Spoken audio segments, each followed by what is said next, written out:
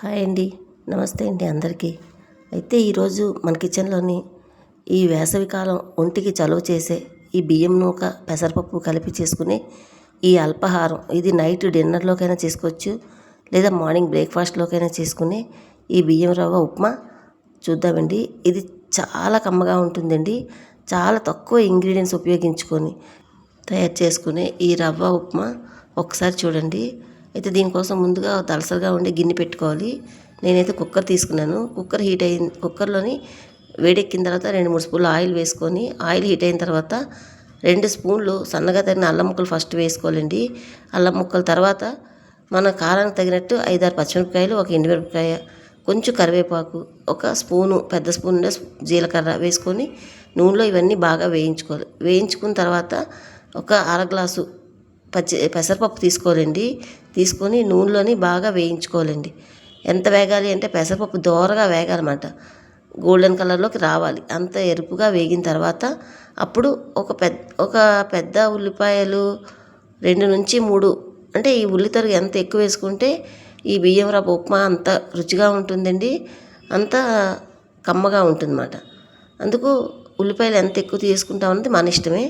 నేనైతే పెద్ద ఉల్లిపాయలు 2 తీసుకున్నానండి, సన్నగా కట్ చేసుకొని. ఈ పెసరపప్పు అది వేగిపోయిన తర్వాత ఈ ఉల్లిపాయ ముక్కలు కూడా చక్కగా నూనెలోని కొంచెం సాఫ్ట్ అవుతే చాలండి, ఎర్రగా వేగక్కర్లేదు. ఇలా సాఫ్ట్గా వేగిన తర్వాత ఇలాగా బియ్యం రవ్వ తీసుకున్నానండి 2 గ్లాసులు, అంటే అర గ్లాసుడు పెసరపప్పు, 2 గ్లాసులు బియ్యం రవ్వ. ఇవి రేషన్ బియ్యమే ఉంటాయి కదండి, మనకి కోటాలో ఇస్తారు కదా, ఆ బియ్యమేనండి. శుభ్రంగా కడిగి ఆరబెట్టేసిన తర్వాత నూక చేసుకోవాలండి. మిక్సీ పట్టుకొని నూక చేసుకొని ఆ నూకని పిండి లేకుండా జల్లించుకోవాలన్నమాట. అలా జల్లించుకున్న నూకండి ఇది బియ్యం రవ్వ.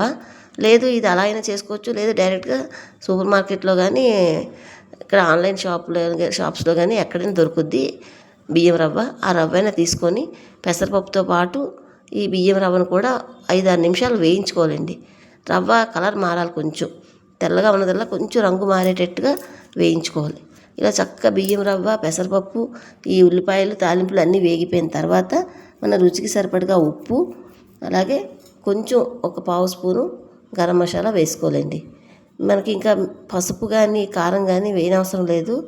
ఇలా ఇవి ఇంతే, చాలా తక్కువ ఇంగ్రీడియంట్స్తో చేసుకునే ఈ బియ్యం రవ్వ పెసరపప్పు ఉప్మా చాలా కమ్మగా ఉంటుందండి. ఇప్పుడు 2.5 గ్లాసులు అయింది కదండి. 2 గ్లాసులు బియ్యం రవ్వ, అర గ్లాసు పెసరపప్పు కదా, 2.5 గ్లాసులు కదా.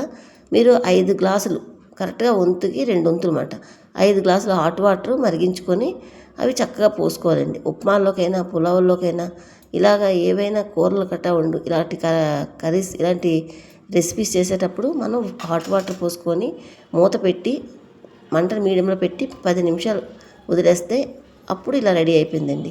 విజిల్ ఏం పెట్టనవసరం లేదండి, అలా పొడి పొడిలాడుతూ ఉంటుందండి. చక్కగా ఉడికిపోయింది చూసారా. ఇది మాత్రం వేడివేడిగా తింటే ఒక రుచి అండి, మర్నాడు తింటే చాలా పొడి పొడిలాడుతూ ఇంకా రుచిగా ఉంటుందండి.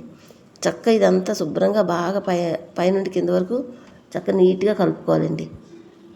ఎంతో కమ్మగా ఉండే ఈ బియ్యం రవ్వ ఉప్మా మన శరీరానికి చాలా చలవ చేస్తుందండి. సమ్మర్ స్పెషల్గా ఈ ఉప్మా ఎక్కువగా తయారు చేసేవారు. అయితే దీన్ని వేడివేడిగా వడ్డించుకుంటే నిమ్మకాయ పచ్చడి కానీ, నిమ్మకాయది కానీ, లేదు పెరుగు, మన ఇంట్లో ఉండే ఏ ఆవకాయ పచ్చడి అయినా, లేదా టమాటా పచ్చడి, ఇలా దేనితోనైనా కలిపి సర్వ్ చేసుకొని వడ్డించుకొని తింటే సూపర్గా ఉంటుందండి. ఎంతో కమ్మగా ఉండే ఈ బియ్యం రవ్వ పెసరపప్పు కలిపిన ఈ రెసిపీ మీకు నచ్చినట్లయితే ఒక్క లైక్ చేయండి. కొత్తగా చూసిన వారైతే దయచేసి సబ్స్క్రైబ్ చేసుకోండి. Thank you for watching. Bye అండి.